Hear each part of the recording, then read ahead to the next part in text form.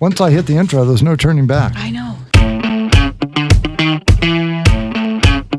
This is Mark and Charity's Coffee Podcast.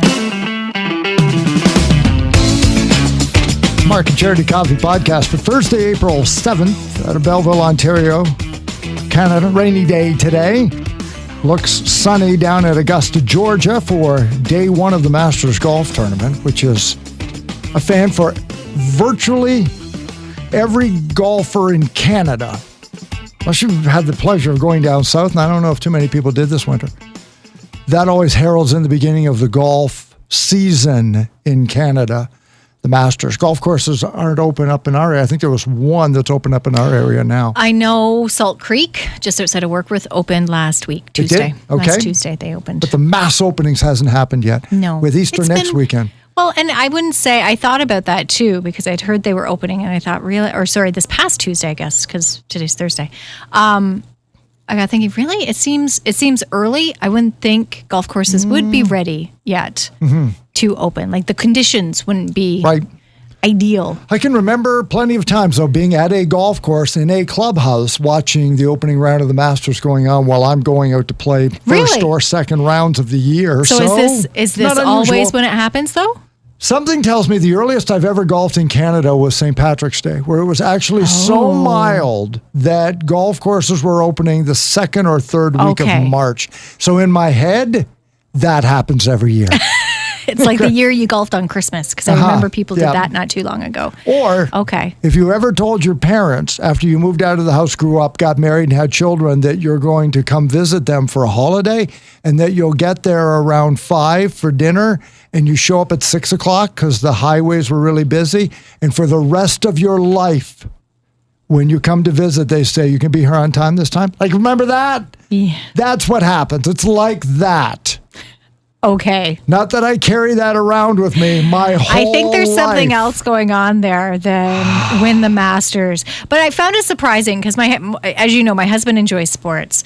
But it wasn't that. It must have been when I started working with you, because I don't. I think you enjoy sports. I do, but not like you, and certainly not like my husband. Right. And golf to me has always been such a boring sport to watch on TV.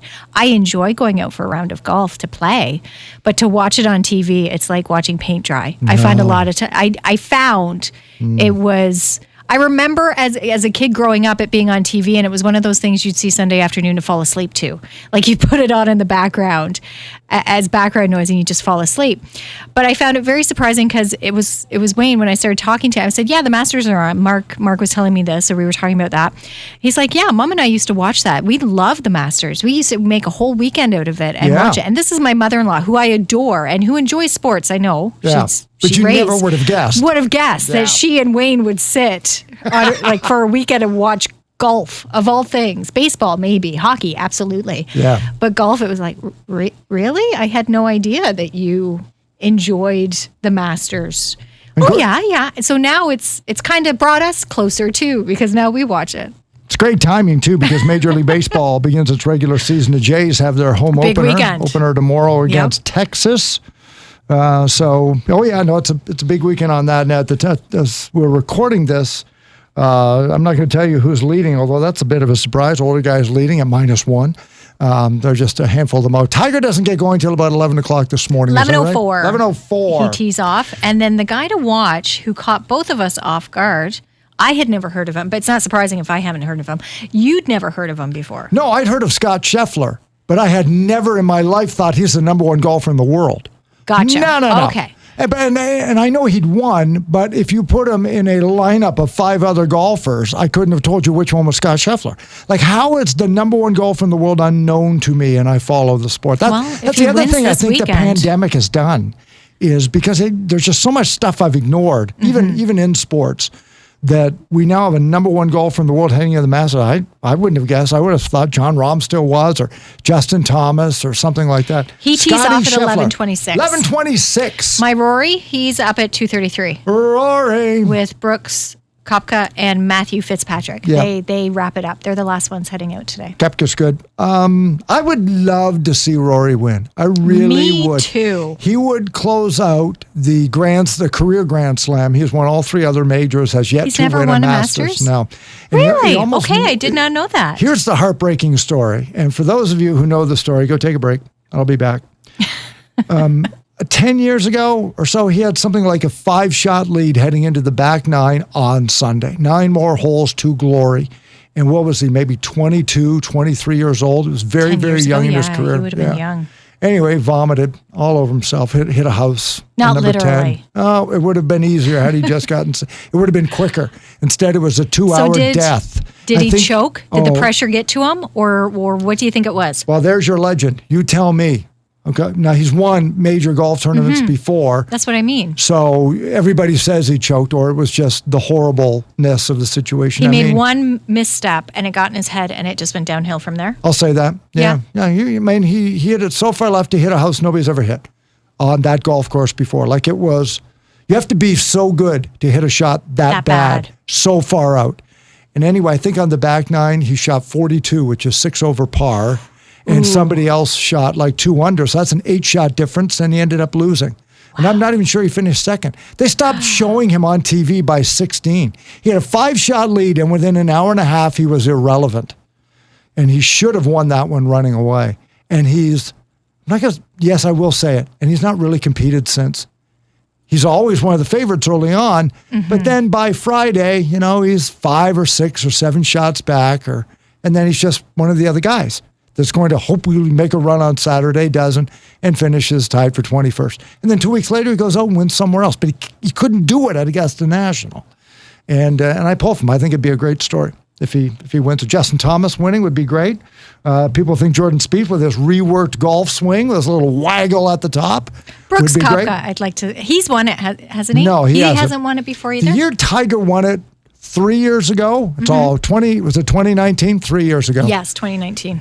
Francesco Molinari had the lead. This was after the enormous year he had at the Ryder Cup, and he was just lights out the best golfer in the world. And I believe he had the lead with Koepka and Tiger a shot back. See, I'm top of my head. Something like that. They get to 12, which is a little par 3 over water, Race Creek. Little tiny creek. And the green is called the postage stamp. It's so tiny, a target. And the way they move the tees on Sunday and the way they put the flag gives you on the smallest part of the green to go for. Well, it's Sunday, right? And now you're coming at an angle across the water. You're not going straight over. You could, but then you leave yourself with long putts. So I don't know why people try it. But Sunday, both Molinari and Koepka hit the ball in the water. Tiger didn't. Tiger wins. Here we are on the 12th hole. This little tiny par 3 makes all the difference again at the Masters. And Brooks Koepka, who hits the ball farther than anybody, dunks it in the water in front of the green. And then Molinari does, like, no way this just happened. They make 5, and Tiger makes par, and suddenly he's up by a shot, and Tiger's not going to give up a 1-shot lead on Sunday in a major, and he goes out and he wins it. So Koepka almost won that year. That was 2019, and I don't think he's really competed in 20 or 21. Well, I did not realize and this is awful, but here's the other side of it. I did not realize the conflict that went on between him and... Bryson DeChambeau? Yeah, I had no idea. Yeah. So you have educated me on that this morning, too. And now I kind of am cheering for Koepka, too. I'd like to see him because seeing the footage of what's gone on between them over the last couple of years, and nothing, I think, creates buzz around something more than a conflict. Oh, yeah, for sure. Even golf, yeah. Exactly, which you wouldn't... it's someplace you don't expect it. Right. It's so... quiet. It's such a quiet sport. It's a gentlemanly sport. And ladies on the LPGA. Exactly. There is so much to it. So it's so ingrained with its traditions and how you behave, like a level of behavior and how you perform out there, that to hear that there's any sort of bickering or issue at all, trouble in the water, it's kind of intriguing. Yeah. And you can't, I am enthralled by it. And I think, I'd like to, for that reason, I'd like to see Koepka win. Here's what CBS wants on Sunday. Oh, no.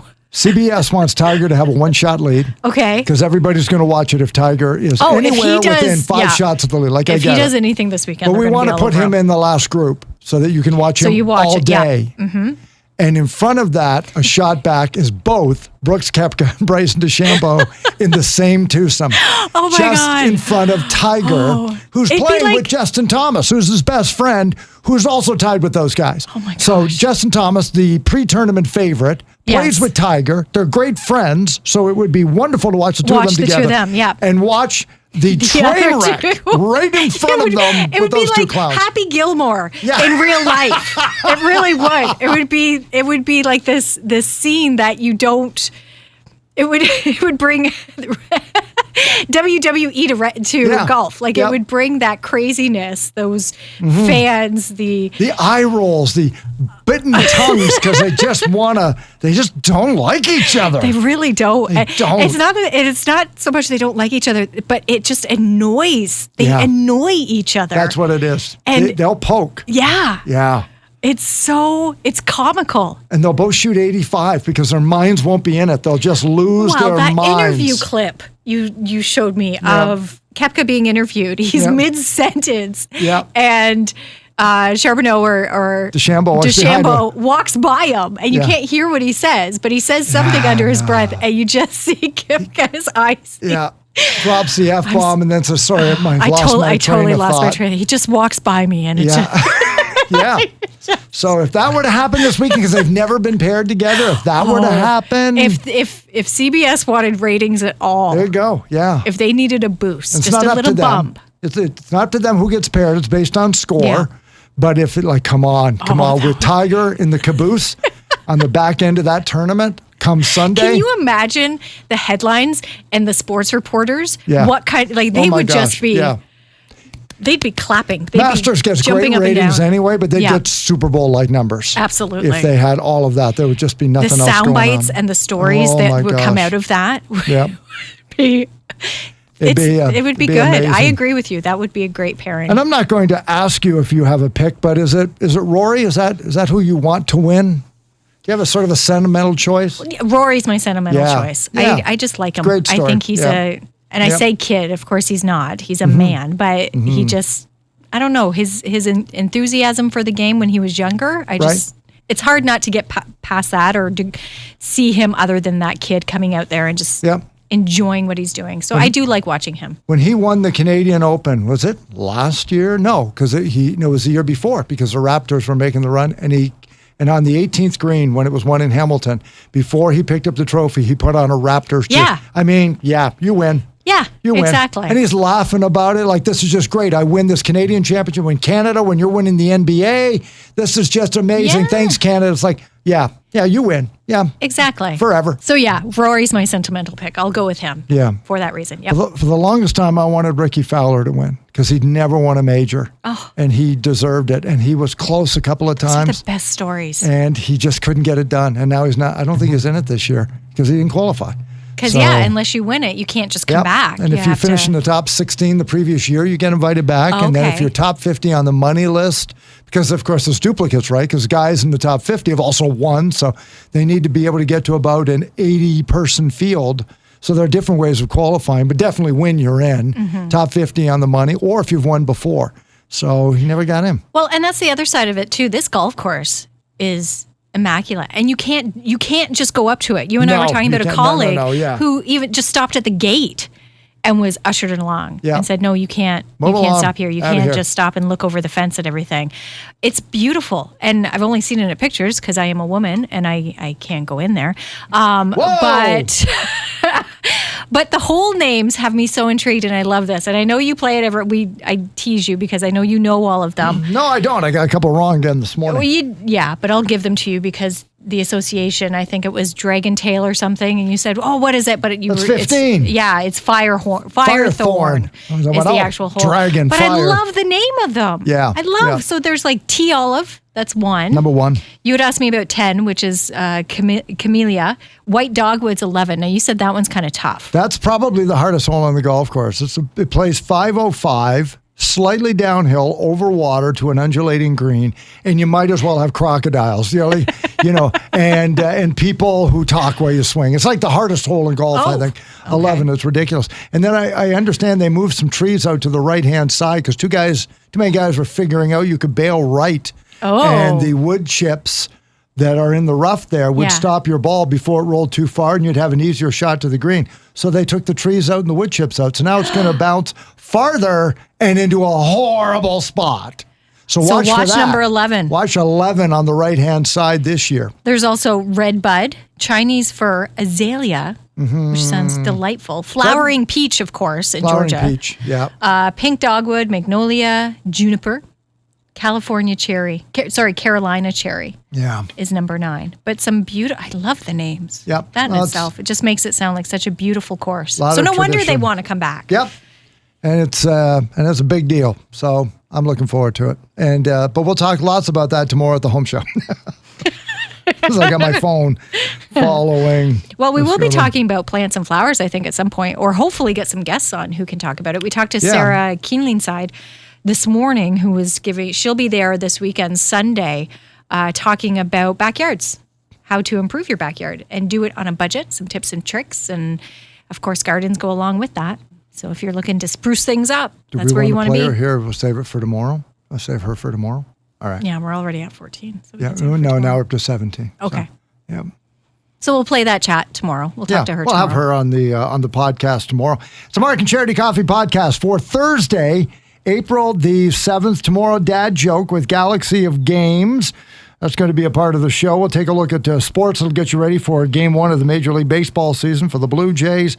Round 1 of the Masters is going to be in there, and there's just a lot of stuff as we get ready for Easter and get into the springtime here in the Quinte region. You'll find us on Spotify, Apple Podcasts, Google Podcasts, Amazon Music, wherever you get your favorite podcast.